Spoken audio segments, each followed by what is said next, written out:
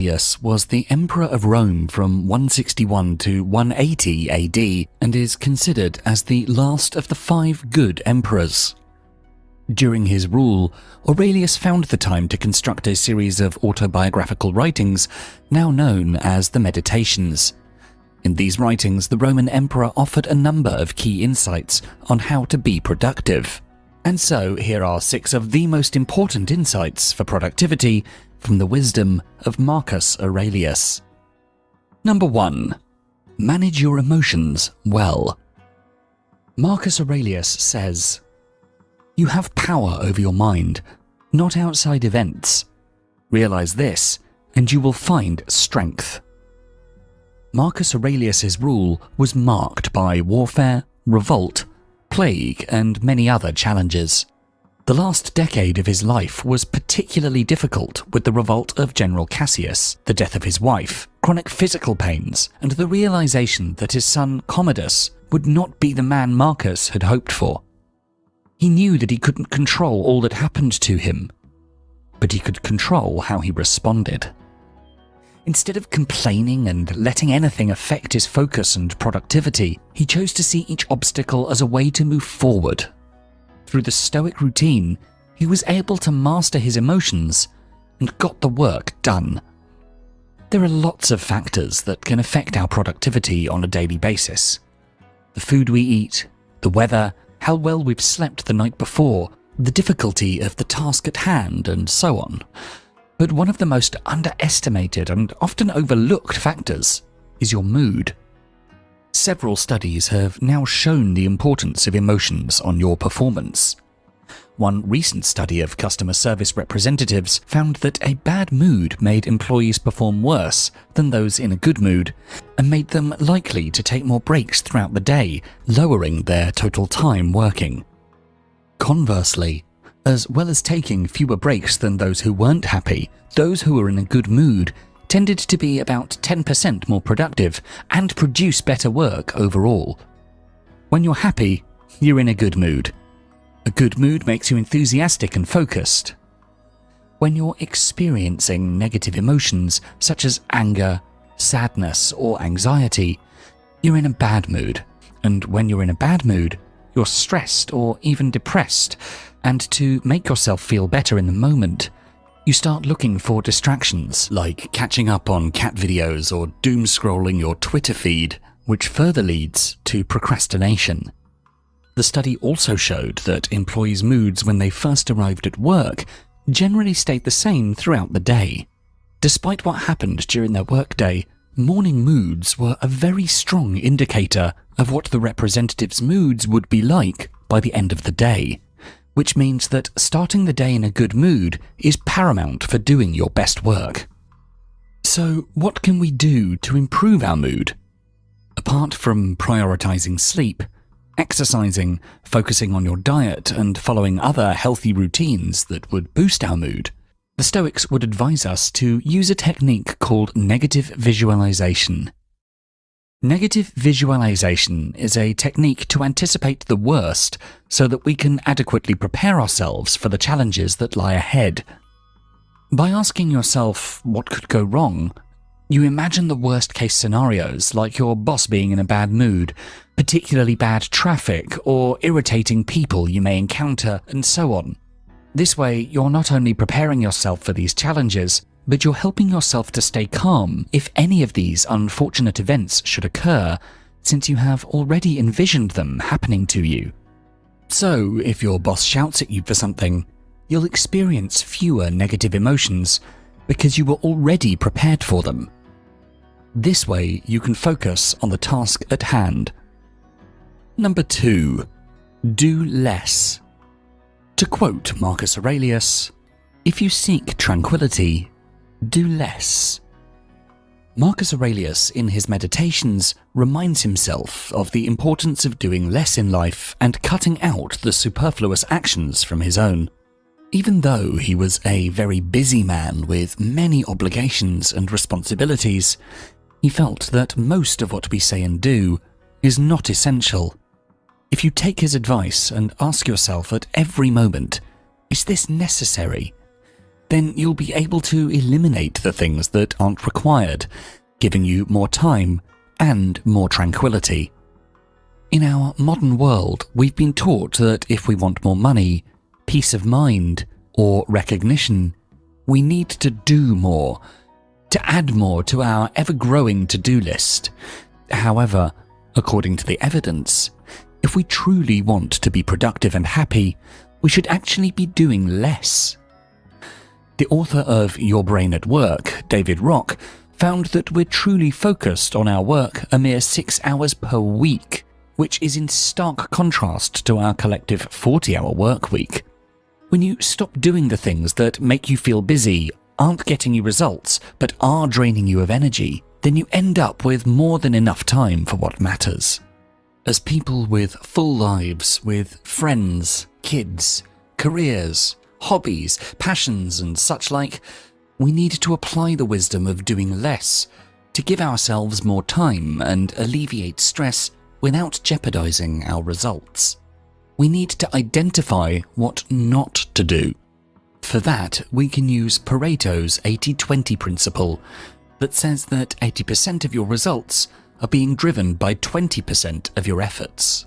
This helps a lot with our productivity because when we understand that the vast majority of our results are being driven by a small percentage of our efforts, we can pinpoint which efforts are driving the best results for us and focus our energy on those. So, for example, let's say that you're in sales and you've a long list of clients to call each day. And once you study your data, you realize that 80% of your orders come from just a few clients. You could get more done and drive more revenue if you focused your time and energy on those few clients, instead of running yourself into the ground trying to manage your entire client base and getting completely overwhelmed in the process. The goal is to devote energy to those 2 to 3 most important tasks that are likely to give us higher returns. Number 3. Strategize. Marcus Aurelius teaches us, the first thing to do, don't get worked up.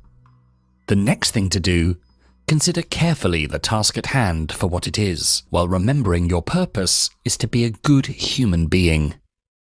Marcus lived a successful life because he was extremely self-disciplined.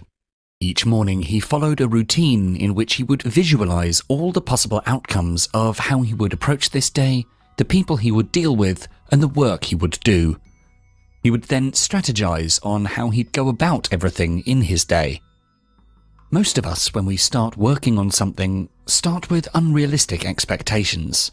We fail to think clearly about the process, and this lack of uncertainty leads to procrastination.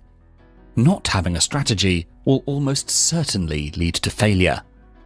Once you figure out your important tasks, you need to systematically break each and every task down into individual steps from the start to the end. This means forming an effective plan of action that consists of a deadline for accomplishing the tasks. It should be built on the foundation of mini milestones that break your goal down into manageable chunks. Mini milestones will ensure that you're working towards your desired outcome in small pieces and time blocks, giving you a more realistic sense of what you can accomplish. This tactic puts you in the driver's seat, as you'll be able to see any potential hurdles and take any required action. It gives you a sense of control over the tasks and projects you're working on, and once you have such clarity, it's that much less likely that you'll end up procrastinating. Number 4. Start your day with your most difficult task. According to Marcus Aurelius, the impediment to action advances action. What stands in the way becomes the way. It is well known that Marcus would tackle his most difficult tasks first. He never procrastinated on doing hard work or put off unpleasant duties. He had a job to do, and even though it was difficult, he never complained about it to himself or to anyone else. We assume that productivity means getting more things done each day, but in truth, productivity is all about getting important things done consistently. It's about maintaining a steady, average speed on a few things, not maximum speed on everything. When you have that list of things to do, there are clearly items that are more difficult than others. Suppose you're a salesman. Making sales calls is one of the most important things you can do to close deals, but it's also one of the hardest because you need to disturb the person on the other side, and you may well hear 100 no's just to get one yes. It would be natural for you, therefore, to postpone dealing with the sales calls for as long as possible. You procrastinate and avoid working on it and focus on everything else. The problem with this approach is that on many days you'd postpone it so much that you end up not making the calls at all. It always ends up as the one thing still left on your list, which is why it's recommended to do your most difficult task first thing in the morning. Earlier in the day, our willpower tends to be higher, our mind is clear, and everything is quiet. That means you'll be able to provide your best energy and effort to your most difficult task. It's your one opportunity to prioritize the thing that matters to you the most, because the deeper you get into your day, the more likely it is that unexpected tasks will demand your attention, and it becomes less and less likely that you'll be able to spend the time as you'd planned. Doing the most difficult thing first each day helps avoid that, and once you've gotten the important task out of the way, the rest will look easy in comparison, and you will feel more empowered. Number 5. Respect time. As we learn from Marcus Aurelius, concentrate every minute like a Roman, like a man, on doing what's in front of you with precise and genuine seriousness, tenderly, willingly, with justice. Marcus Aurelius teaches us to use our resources, such as time, like a wartime general, because it's our most valuable and equitable resource. Seneca, another great Stoic figure and a teacher, wrote in the 1st century how surprised he was by how little people seemed to value their lives as they were living them. How busy, terribly busy, everyone seemed to be, and how wasteful of their time, and this has remained unchanged for the last 2,000 years. Time is arguably the most precious and the least renewable resource we have at our disposal. Imagine walking down the street and seeing a rich man just throwing away all his possessions. His money, his gold, his watch collection, all of it. You'd definitely call that person crazy, and yet we see others and ourselves throw away something far more valuable every day. Our time. The amount of time we get is uncertain, but surely limited. Wasting time is worse than wasting money because we can't have it back when it runs out. So if we want to be productive, we need to take control of our time and start distributing it correctly. Once you decide on your task and have a clear strategy, you'll have to ignore the distractions. Even if you try to remove all distractions and are ready to start your day as you'd planned, to your brain, the allure of finding an excuse to do something easier is still strong. The hardest task is finding a way to make that starting effort pleasant. The reason that it's often so hard to start the work is that there's no expectation of an immediate reward. Sometimes that reward is years away. However, if you wrap your work up with the expectancy of an immediate reward, you give yourself a good reason to start. For example, if you avoid or delay your work to check your Instagram feed, you can make a deal that you're not allowed to log into your Instagram account again until a certain amount of work is done. This way, you get rewarded by completing the unpleasant work with something immediate. You're always in control of what you can do with your time, and you can choose to stop feeding your distractions and focus on the task at hand. Number 6. Enjoy your progress. In the words of Marcus Aurelius, enjoyment means doing as much of what your nature requires as you can, and you can do that anywhere.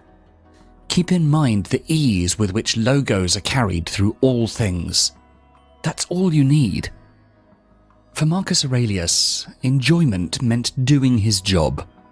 Success is dependent on many factors.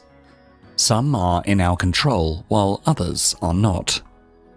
Things in our full control include our effort, while external variables include things like luck and other people.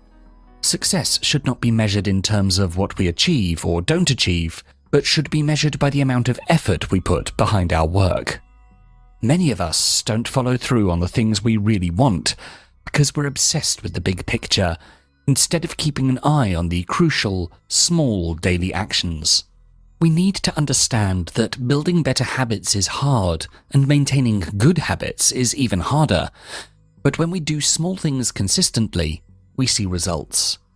So the next time you work on something, measure your performance by your effort. As long as you focused 100% of your energies into it, you have your success. But don't beat yourself up if you procrastinated or couldn't reach your goal. Have some self-compassion, because research shows that it's forgiving yourself and not beating yourself up for it that makes you want to fix the issue and continue. While success is not completely in your control, your focus and your productivity is. So keep learning and keep enjoying your progress.